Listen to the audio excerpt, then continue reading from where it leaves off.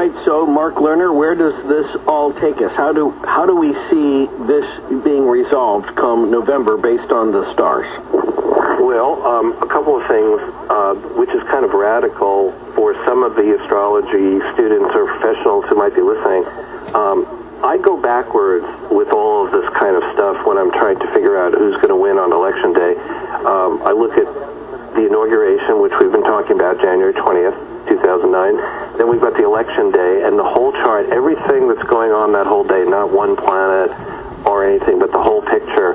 And then also, we didn't mention this, but when each nominee, this is true for every election, every 4 years, whoever gets the nomination, there's that moment, which we just saw in the last 2 weeks, when they go over the top and they become the nominee of the party. That ritual is actually important astrologically, and there are times, for instance, John Kerry got his nomination at a really inauspicious moment that did not help in terms of what was then happening later on Election Day. Because this feeds into your question about, like, shouldn't you be able to just look and say, okay, this person's going to do it, okay, on that day. Their stars are in the right alignment. The way this works, and this is true when I do personal charting for people, if I'm looking at Russia, Georgia, or whatever it is, the way I work is I'm like an astrological detective. I will create many different charts, and I look at a whole variety of things. It's very hard to do this, Ian, because you have to juggle a lot of things simultaneously. So astrology really is not like, oh, okay, tell us about November 4th, because everything on that day should give us the answer. There are energies that day, and there are energies in the future on January 20th that are impinging on November 4th, and then there are energies from when the candidates were born, when they declared, and when they received their nominations. And all of those things are like several waves that are all like superimposed on the Election Day. And so it becomes this very hard thing to figure out. But you want me to give you my take on it? And then we can throw this around a little bit.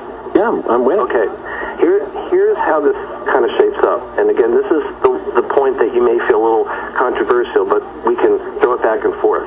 What I have found, okay, and I kind of stumbled upon this many years ago with watching Reagan and watching Clinton and some of the different victories, I realized that the New York media, okay, what happens on election night, it's not as if you're going to see reporting from there'll be people in different parts of the nation giving their 2 cents of what's happening in different states. But the key thing is usually NBC, CBS, ABC, maybe a couple other things.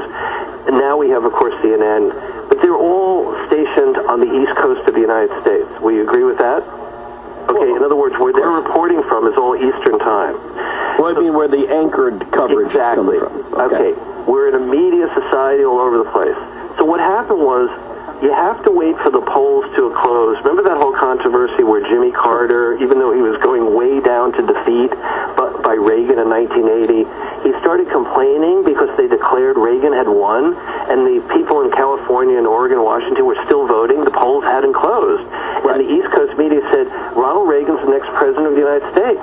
And even, it was very clear, but it started this whole thing in the media of, maybe we should wait, even though our pollsters and everybody else. And that's why when the 2000 election happened, they got their comeuppance because they declared Florida for Gore, then they took it back, then they made it for Bush, and then we went 36 days where we didn't know until the Supreme Court decided it. And so they're more conservative now, but here's what happens. They're going to be itching to make the declaration based on polls and based on whoever's won on the East Coast, because those polls close earlier, around 9 o'clock at night, okay? At 9 o'clock at night, and I'm not exactly sure whether all the polls will have closed in California, Oregon, and Washington. Obviously, they'd still be open in Hawaii and Alaska.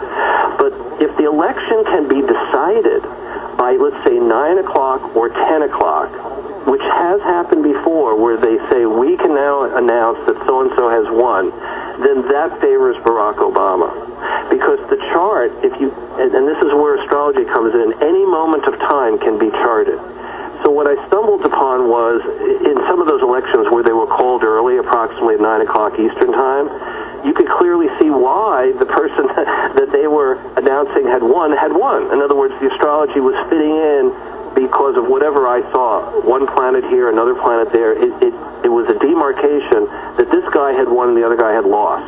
So based on my analysis of, and this is all based on timing now, if the election can be called reasonably early, and particularly, and there's another thing, there's a void of course moon on election day that starts the night before, on November 3rd, goes all the way through until 7:03 Eastern time in the evening. At 7:03 p.m.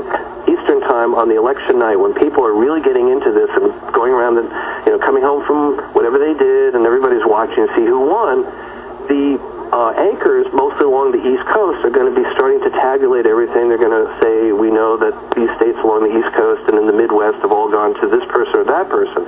If one of those persons has gone over the 273 electoral vote tally, or is nearing it, it should be a Barack Obama, okay, at that point. If it's an early call, if we get into one of those things where, and then we can go back and forth on this, if, let's say, 3 states are still really too close to call, Missouri, Colorado, Florida, or whatever it is, Ohio, and we go on and on and on through the night, to me, that moves toward McCain. Now, of course, we've had this before, where people are going to start getting worried, are they stealing the election? But based on the astrology of how the planets move, and basically what I'm looking at, just so you know, is earlier in the evening, the planet Uranus or Uranus is prominent, and it's more of a representation of Barack Obama.